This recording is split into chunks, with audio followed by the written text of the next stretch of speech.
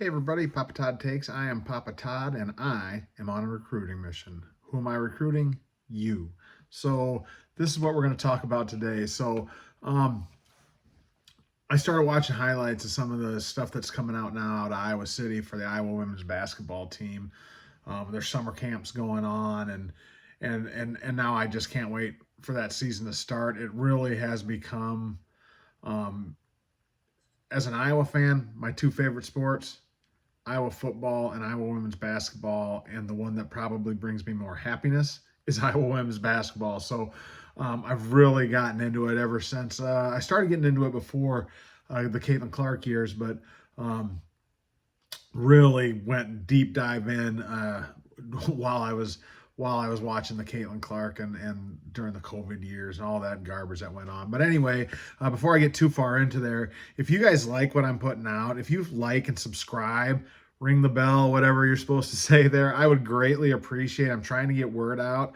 I want to start making some more stuff about women's basketball and Hawkeye stuff, sports in general, and then I'm also doing some safety stuff on another playlist that I'm trying to build up there. So, but anyway, it's just something fun for me to do. Me and the wife are empty nesters trying to find things to fill spaces here and there, and so this is what I'm doing, and it's been kind of fun. So, like and subscribe, I'd much appreciate it. Now, why am I recruiting? It's like this.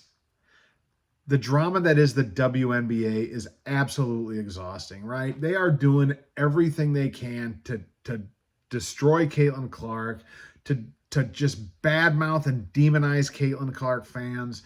You know, we're racist and it's anything but. I don't know that I've ever heard a racist word, and I've been around a lot of large, huge gatherings of people, tens of thousands of people. Never seen or heard any of it. Not once. I don't think anyway. I would think I'd remember it. And in today's day and age, they'd be marched out. But the WNBA and the WNBA players, all they want to do is just keep lecturing us and keep forcing things down our throats that we don't want to deal with. You live your life the way you want to live it. I don't care what your orientation is. I don't care what color you are. I don't care what your politics are. Everything like that. Coexist. Right? Live next to each other, enjoy each other. There was a time where you could have friends on both sides of the political aisle, and that's all changed now for whatever reason, because people just lost their freaking minds. And yeah, I do know the reasons for it, but I do not want to turn this into a political channel at all, because that's thoroughly exhausting with the stupidity coming out of both sides.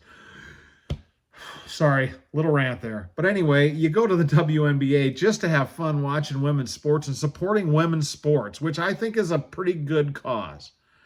Right? Go out there. It's entertainment for us. We have a hoot. We have a ball watching it.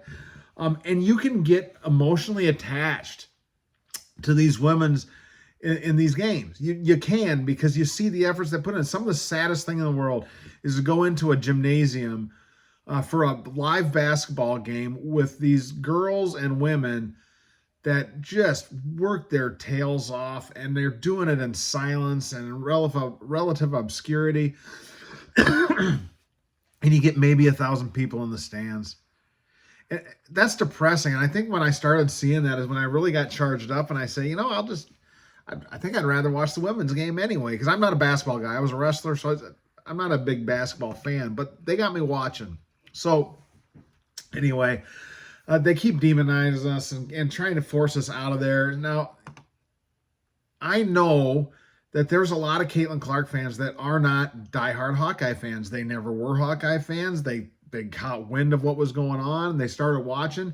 And guess what? I think a lot of them, maybe I'm speaking out of turn, but I think a lot of them stuck with it and just really started to love the team. You had the Gabby Marshall, Monica Sonano that first year, Kate Martin. I know Kate has a huge following that went with her.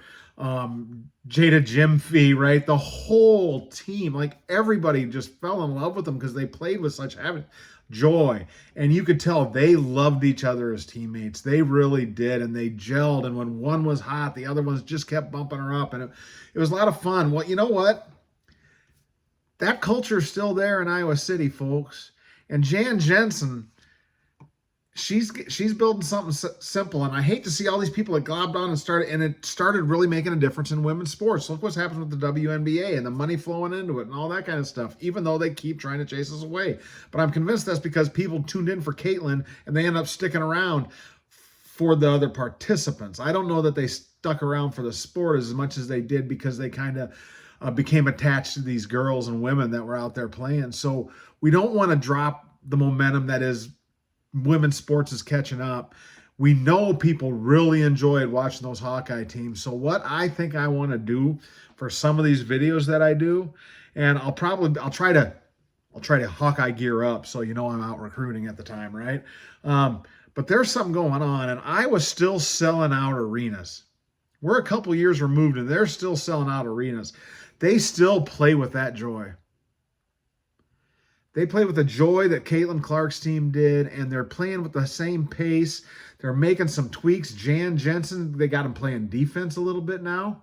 Pretty interesting, but they're still shooting. So just real quick, let's just run down the roster. So maybe it'll trigger somebody to look into this and kind of see. But you got Ava Hayden, who in her sophomore year was All-American, honorable mention, All-American. I have no doubt she'll be All-American the next 2 years. She may be the best player in the country by her senior year. You got Chit Chat Wright. If you didn't watch that, she's a blast. And some of the shoot that chit, right? that was the big shirt there because they were trying to tell her, hey, you got to take those shots when you get them. Journey Houston. Oh my God, she talk about somebody that went under the radar to me, at least. I know she was a 4-star coming out of high school, but she's kind of a local product. She's over there playing. She might be one of the best players on the team. Matter of fact, I think she is. You got Taylor Stremlo, who plays with such passion. My God, talk about relentless, just won't give up. Just the heart of the team. She's like, if you remember those teams back with Kate Martin, she was like that Kate Martin, kind of the glue, the one who pulled everything together and really, really took charge when somebody had to.